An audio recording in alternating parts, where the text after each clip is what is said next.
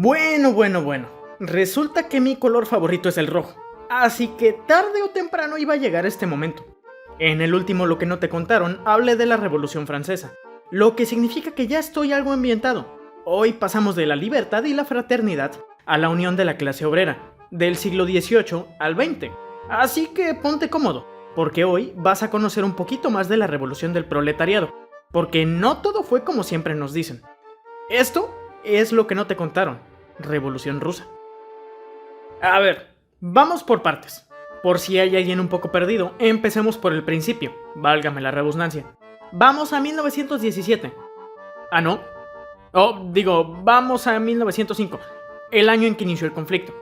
Aunque bueno, siendo realistas, la verdad es que todo estaba más añejo que eso. Ya desde el siglo pasado había problemas en el pueblo ruso. ¿Y por qué? Pues lo que pasa es que desde 1860, este simpático señor llamado Alejandro II, que era el zar ruso, o sea el rey, decidió que ya era hora de que Rusia entrara en el juego de la modernidad. Porque recordemos que ya para la mitad del siglo XIX, la mayoría de los países europeos tenían bien abrazada la industrialización. Y bueno, pues digamos que Rusia estaba un poquito, ¿cómo decirlo fácilmente?, en la Edad Media, o sea, en el feudalismo. Por ende, nuestro querido Alejandro decidió que era una excelente idea modernizar a su país. Hasta 1860, Rusia arrastraba una tradición enteramente campesina.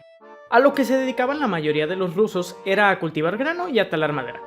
Algo que fue aprovechado a principios de 1800 para que Rusia pudiera exportar a diferentes países europeos, pues eso, grano y madera. Entonces, la verdad es que la idea de volver a Rusia un país industrial no era para nada mala en el papel.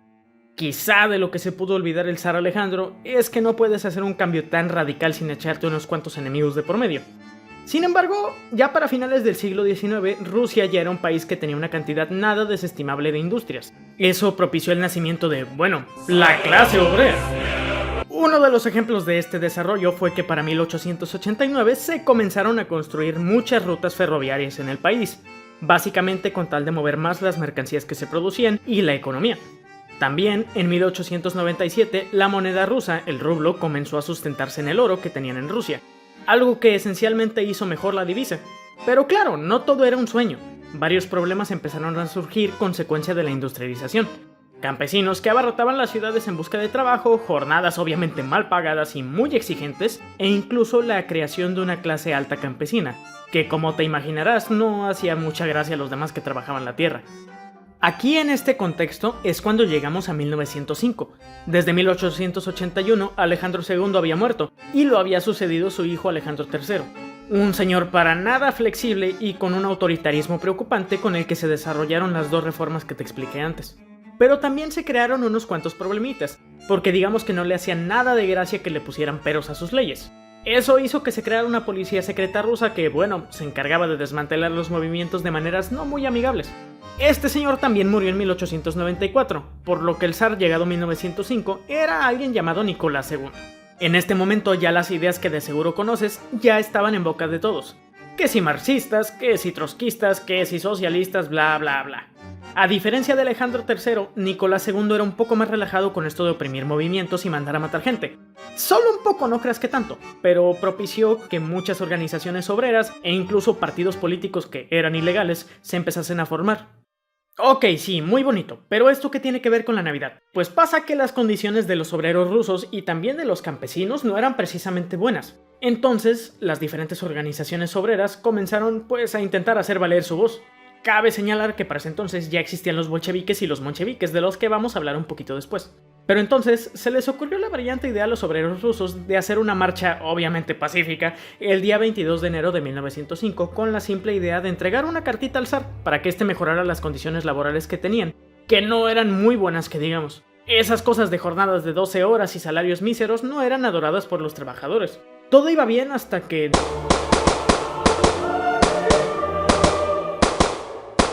Ese día en San Petersburgo ocurrió algo conocido como el Domingo Sangriento. A los manifestantes se les abrió fuego, y un aproximado de 1000 de ellos, al menos, murieron, y otros 800 quedaron heridos. Las consecuencias fueron grandes, y aquí tienes el caldo de cultivo servido para el inicio de la revolución. En resumen, a raíz del Domingo Sangriento muchas personas comenzaron a manifestarse a lo largo de toda Rusia. Las diferentes uniones obreras en las ciudades del territorio hicieron acto de presencia y básicamente fue todo un alboroto. Con tal de apaciguar a la gente y no ver su cabeza clavada en alguna estaca, el zar Nicolás decretó que habría consideraciones a los derechos de los trabajadores y sobre todo, y lo más importante, que se podían crear a partir de ese momento los partidos políticos, que hasta entonces eran ilegales. También, desde 1906 hasta 1917, se crearon unas cosas llamadas dumas, que eran parecidas a las asambleas nacionales que se hicieron en la Revolución Francesa. Su idea era decidir muchas de las cosas que pasaban en el gobierno, aunque el poder del zar todavía seguía siendo muy importante. Aquí es donde de verdad empieza lo bueno de este video, porque sí, está muy bonito todo eso de que la revolución obrera y todo, pero ¿quién te dice que solamente era obrera? O más bien, ¿quién te dice que las posturas que se manejaban eran a favor de los obreros y bla bla bla? Como dije anteriormente, ya para 1905 ya existía una división entre dos partidos políticos que eran ilegales pero se volvieron legales a raíz de lo que pasó, los bolcheviques y los mencheviques. Esencialmente eran enfoques opuestos que partían del marxismo. Los bolcheviques buscaban la abolición total de la burguesía rusa y decían que si se quería terminar con el capitalismo, bueno, pues había que buscar el socialismo, y aunque no le llamaran así, el comunismo. Los mencheviques, por su parte, no eran excesivamente radicales en ese aspecto. Ellos iban más por el lado de crear un estado que poseyera la mayoría de los medios de producción y en esencia tuviera el control de todo y de todos, entre ellos la tierra. Sin embargo, es en este punto cuando surge un enfrentamiento importante, y es que como decía, y quizás siguiendo lo mismo que mencioné en la Revolución Francesa, la revolución en realidad no era exactamente de las masas para las masas, tenía componentes de liderazgo porque pues alguien tiene que guiarlos. Nuestro querido camarada Lenin entra en escena aquí. Él era el principal bolchevique, pero ¿a que no sabes de qué lo acusaban? De capitalista. Resulta que Lenin tenía una idea bastante curiosa con respecto a cómo se debía de manejar la revolución. Si bien el partido del que él era líder abogaba por el socialismo y dejar atrás la burguesía, Lenin hablaba de que no tenía que haber precisamente una enemistad con la burguesía rusa, sino que debía de haber una unión y buscar utilizar a la burguesía para la revolución del proletariado. Por su parte, un tal Plejanov o algo así, que antes estuvo alineado con los bolcheviques pero que se pasó al partido contrario, quizá porque ya traía el conocimiento de la Revolución Francesa, decía que no debía de haber una revolución burguesa en Rusia, sino una revolución socialista. Mientras Mr. Lenin era un poco más conciliador. Lo curioso es que ambos coincidían en que el campesinado era una burguesía dentro del pueblo ruso. Un punto que voy a tocar más adelante, pero continuamos.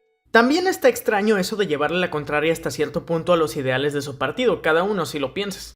Más o menos desde 1905 hasta 1917, a medida que se desarrollaban las dumas que te mencioné, muchas posturas políticas se enfrentaban entre sí. No solo eran los bolcheviques contra los mencheviques, sino que también había ciertas ramas liberales, o un poco más radical liberal, que intentaban imponer su poder. Estas ramas fueron un excelente catalizador para que a Lenin se le dejaran salir un poquito más sus ideas, ¿cómo decirlo fácilmente?, dignas de un dictador. También en esas asambleas se podía palpar la molestia que existía entre los burgueses, los terratenientes y los políticos zaristas, de dejarle al pueblo la capacidad de tomar decisiones. De hecho, mientras acusaban a Lenin de capitalista, dijo lo siguiente: el triunfo de la revolución puede culminar solamente en una dictadura. El triunfo de la revolución puede culminar solamente en una dictadura. Sin la dictadura será posible quebrar esta resistencia. Hablando de los terratenientes burgueses y zaristas. Y rechazar los ataques contrarrevolucionarios. Y sí, señores, aquí tenemos un germen dictatorial. Nuestro camarada Lenin no era precisamente un fan del socialismo democrático, como podemos ver. Y bueno, quizá echando un vistazo a lo que se convirtió Rusia en años posteriores, chance y le salió bien la jugada. Incluso llegó a decir que los campesinos y los obreros no podían ser dejados a su suerte en la revolución, sino que tenían que ser guiados por alguien, que no podía confiarse en que hicieran las cosas por sí mismos. Pero el punto es que no eran precisamente pocas las ideologías que se enfrentaban en la revolución, y tampoco eran utopías las que se planteaban. Ya llegados a 1917, ocurrió la Segunda Revolución Rusa, si se le puede llamar así. Encontramos aquí un país bastante debilitado por la Primera Guerra Mundial, que vete tú a saber por qué entró en ella si venían de una derrota contra los japoneses a principios de siglo, y un gobierno que cada vez hacía menos cosas de gobierno. En este contexto, la gente decidió que ya era suficiente y en febrero de 1917 derrocaron al gobierno de Nicolás II. El gobierno provisional que se instauró era esencialmente menchevique e intentó mantenerse como gobierno oficial a toda costa. Por desgracia, no contaban con que en octubre los bolcheviques, bastante descontentos con lo que estaba pasando en Rusia, tomaran el poder. Ya para ese momento ya eran comunistas hechos y derechos, aunque siguieran abogando por el socialismo. Pero querían implantar un gobierno de corte comunista. La Revolución de Octubre es el inicio del fin, si se le puede decir así, y también se tomó como el ansiado triunfo de la Revolución Campesina. ¡Wow! ¿Revolución Campesina? ¿Cómo que campesina? Pues mira qué cosas, resulta que todas las revoluciones suelen tener diferentes interpretaciones sobre quiénes y para quiénes eran. En la Revolución Francesa, como te dije, era manejada la tesis de una revolución del pueblo para el pueblo o de burgueses para el pueblo y para los burgueses. En Rusia se ha manejado la idea de que la revolución fue la del proletariado y en esencia era del pueblo para el pueblo, que no es una mentira, pero sí es una verdad a medias. Otra tesis que se maneja sobre la revolución es que fue una revolución campesina, porque como mencioné anteriormente, las masas que se congregaban para apoyar a los partidos políticos eran tanto obreras como campesinas. Pero aquí hay que hacer un matiz importante. Los campesinos no eran obreros, y muy probablemente tampoco eran proletarios, o por lo menos no lo habían sido hasta ese momento. Esta revolución es muy importante porque sí se luchaba por el proletariado, por el derecho de los trabajadores, sí, trabajadores del mundo unidos, bla bla bla. El detalle es que desde 1905 los obreros no eran los únicos que participaban en la lucha, los campesinos también querían su parte del pastel.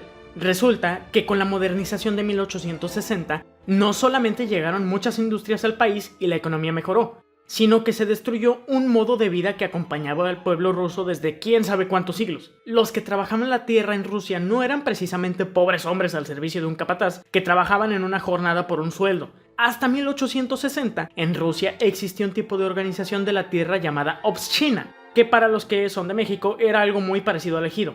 Era un tipo de propiedad de tierra comunal en la que cada persona recibía cierta cantidad de terreno en función de lo grande que era su familia.